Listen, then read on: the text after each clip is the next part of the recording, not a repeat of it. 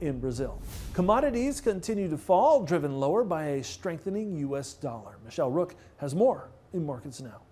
Well, an ugly down day in both grain and livestock futures trade on Thursday. Randy Martinson is back with analysis. And Randy, it felt like we saw risk-off selling pressure pretty much across the ag complex.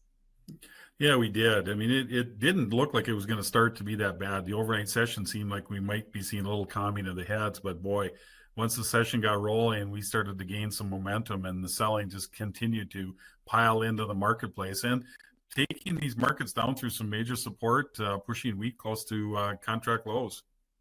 So risk off, did it come from the higher dollar or the realization that maybe we are going to see tariffs? Is the market getting back to reality? You know, I think it was a combination of both of those. I mean, I think the market is afraid about the tariffs, and that's, part of why we've seen some good demand, especially in corn and soybeans.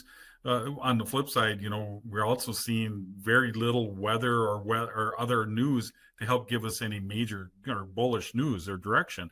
We've got bearish weather as we're seeing rains on the southern plains. Brazil, Argentina seeing rains, getting good planting progress. Yeah, and we closed pretty much on the lows in corn and soybeans on Thursday. Talk about the major support we took out and where we have to hold next. With corn, I mean, that 425 was a pretty strong level in December. We went through that. Now, if we can see this market recover tomorrow and maybe bounce back some of that, that'll help. But at this point, taking that out opens this up to probably a test of $4.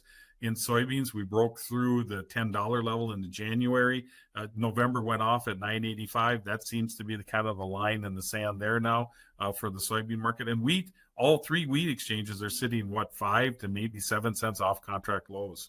Yeah, I was going to ask you, do you think those contract low areas in the wheat market are going to hold here or not? We've bled this market pretty bad, and it seems like the sellers kind of have control of it at this point. The other bad part is that, we're about ready to get into the holiday season where thin light trading takes place. So the only news we have going in wheat right now, once we get past November and no more proper progress reports coming out, is going to be demand, and that's been weak in wheat. So we might look at taking that out. All right, thanks for joining us, Randy Martinson, Martinson Ag. We'll have more Ag Day coming up. Watch Markets Now with Michelle Rook on the Farm Journal YouTube channel, keeping you updated throughout the day on the markets at the open, midday, and close. Find out what moved the markets today and what to expect the market to do next.